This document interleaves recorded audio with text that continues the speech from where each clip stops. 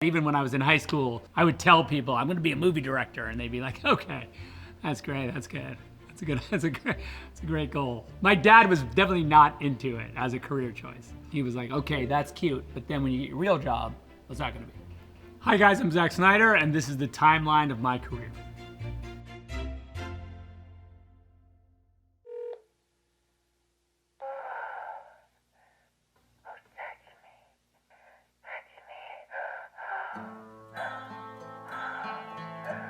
I'm trying to remember if Love is a Crime was the first. I think I might have still been in school when I did that video. I did look at it the other day and was like, wow, what the hell is that?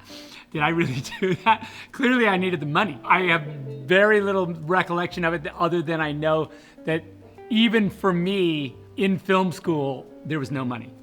There was no budget. I just remember going, I don't know if I can film a thing for this amount of money. I'll try. I don't know where we're gonna get a model who will do it for this amount of money. Those things you want. Between Lizzie Borden and Dawn of the Dead, there's hundreds of TV commercials and dozens and dozens of music videos. And better ones than that, I might say. I did a bunch of kind of cool music videos as well along the way. I got better, I guess is the point. See! I got him. Damn. Now, up to that point, I also had, I was attached to Mage, which is a comic book that I didn't do at Disney. I was going to direct the SWAT movie at Sony, but I quit because they wanted to make it rated PG-13, and I was like, no, can't do it. And I had 300 already, had shopped around 300 and been told no. After I quit SWAT, Dawn of the Dead came along and I was eager, and I really thought I was like, this I can do. I felt like the tone was really interesting to me, this kind of combination of have fun but don't make fun. Be reverent to the genre, but also push it.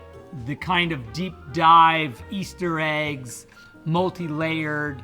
We took a lot of careful time on everything and all the backgrounds and all that stuff, and I was drawing like crazy to get all the, to storyboard this movie. And at the time, I didn't even share really those storyboards with a lot of the people because I didn't even know that was how you did it.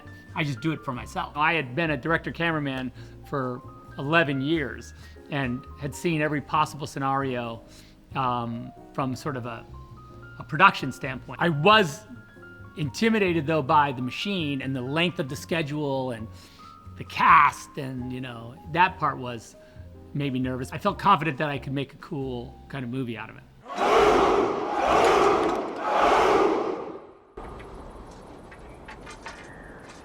You see, old friend, I brought more soldiers than you did. 300 happened, I'd shopped it to Warner Brothers, and they said that they had a movie called Troy, and that it was a sword and sandals movie. And they said, like, here's the thing we have in our movie. We have a guy named, I don't know if you've known, his name's Brad Pitt. And and you have what now, a comic book? That's cute. So, no. After Dawn was successful and people seemed to like it, that's what started the process of 300. And we shot a test, because no one knew when I said, it's gonna look just like the comic book, they were like, yeah, but where in Greece are we filming? I'm like, we're not filming in Greece. We're filming just against a green screen. And they were like, what? No, that's gonna be horrible. I shot a test to show them what it would look like. And I even think after I showed it to them, they weren't sure what, they were like, okay, you could go try that. And I really was happy with the way it turned out. I mean, to this day, people are like, 300 is crazy. I've been a lifelong fitness fanatic. And I think that has a lot to do with even just sort of the physical representation of men and women in my movies. I really like them to be sort of, a certain way. Just aesthetique is very important to me when it comes to that sort of physicality. So yeah, we train pretty hard. And we've trained in all the movies. Like, there's always a gym. We always build a gym on set, and we invite everyone to work out if they want. Mark Twight, who trained the guys, he always said it was like, there was some psychological warfare that went on, even beyond, like when I left, I was like, okay, I don't even want to know about that. That looks like a lot of painful stuff happening. They call me Dr. Manhattan.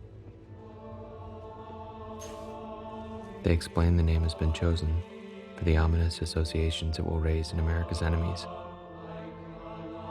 I'm a huge fan of the graphic novel. It's probably the greatest graphic novel ever written. I knew the material, and when they asked me, I just felt like, I was like, yike, you know, that's a big, if you were religious, it would be like someone saying, we should make the Bible into a movie, what do you think?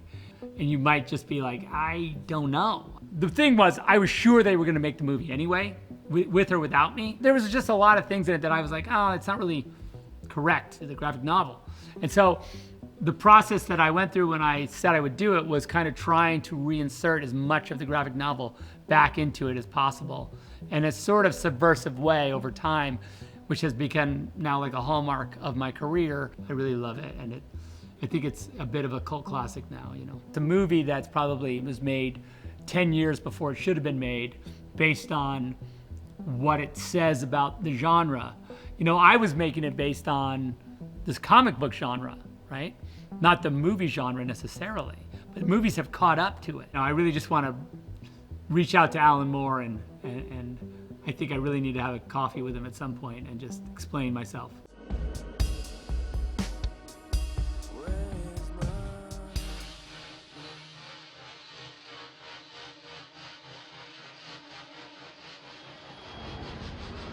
That was a movie I wrote with my friend Steve Shibuya, and Steve and I had been talking about the movie for a long time, actually. Because the movie to me is, you know, people don't acknowledge it, but you know, it's a protest movie in a lot of ways.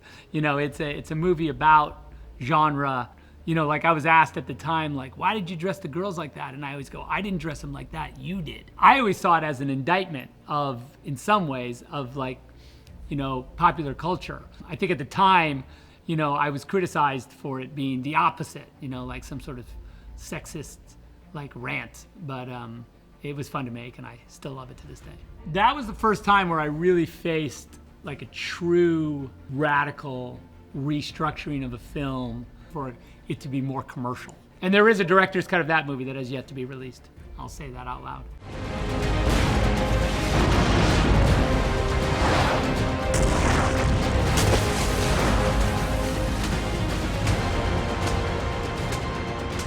My friend Christopher Nolan called me and said, hey Zach, would you have any interest in making a Superman movie? David Goyer and I wrote a script, a Superman script, and I don't think I want to do it. Do you have any interest in it? And I was like, yes, yeah. And so he sent the script over, and I read it, and it was cool. He had seen Watchmen and really enjoyed it. I began the process of Man of Steel and casting a Superman and trying to say, like, what is Superman for now, for us, for our generation? Like, what is Superman gonna be? I'm like, here's the guy I wanna play Superman. His name's Henry Cavill. And then I did the best I could. I would like filmed him with his cape on, with like flary cool backgrounds. I had him standing there in slow motion with the cape flapping, and, you know, showed it to the studio and said, like, right? And they were like, yeah, it's pretty, yeah, it's cool. Watchmen, yes, it's a complete deconstruction. Like, you took the entire thing apart, the car. You took it completely apart. And then in Man of Steel, the thing was put the car back together now. That concept kind of goes across the entirety of the DC, of my DC run, in the sense that it was an exercise in construction and deconstruction and construction. We were gonna take the entire thing apart in BVS and to put the thing back together in Justice League, and then take it apart again and then put it back together again. That was kind of the way we saw the whole thing going. Hello, good. Hi, hello, Lex, it is a pleasure. Ow, wow, that is a good grip. You should not pick a fight with this person. So, after all these years, we finally got you over to Metropolis. We imagined that there would be a world, possibly, where there would be a sequel to Man of Steel. And I think when, after the movie came out, and there was this discussion of going ahead with a sequel, it was pretty early in the process that we were like, going to bring Batman into the movie. Once you say that out loud, like, we should have Batman in the movie, it's hard to put that back in that toothpaste back in the tube, you know? Because like they're like, well, we should have a cooler guy than Batman, and then that doesn't exist, so you're kind of stuck with Batman now. Ben Affleck, you don't really need to pitch. It was more me convincing Ben that it was a good idea, you know, and he was hesitant, I'll be honest, because, you know, it's Batman, and the internet can be cruel, which it was. It's weird that now, you know, there's a huge cry for Ben Affleck to continue being Batman, which is ironic and fun. I like the cyclical nature of the internet. It's cool. It's poetic, truly. In BVS, when Ben smashes Superman on the head with the sink and then picks him up and carries him, throws him over the banister, and he lands on all the radiators, for some reason, and that down shot of Henry when Ben drags him out and his cape just goes across the radiators, and I don't know, for some reason that's one of those shots that I've just always loved, and if I hadn't made it, I would have thought it was cool. This world needs you.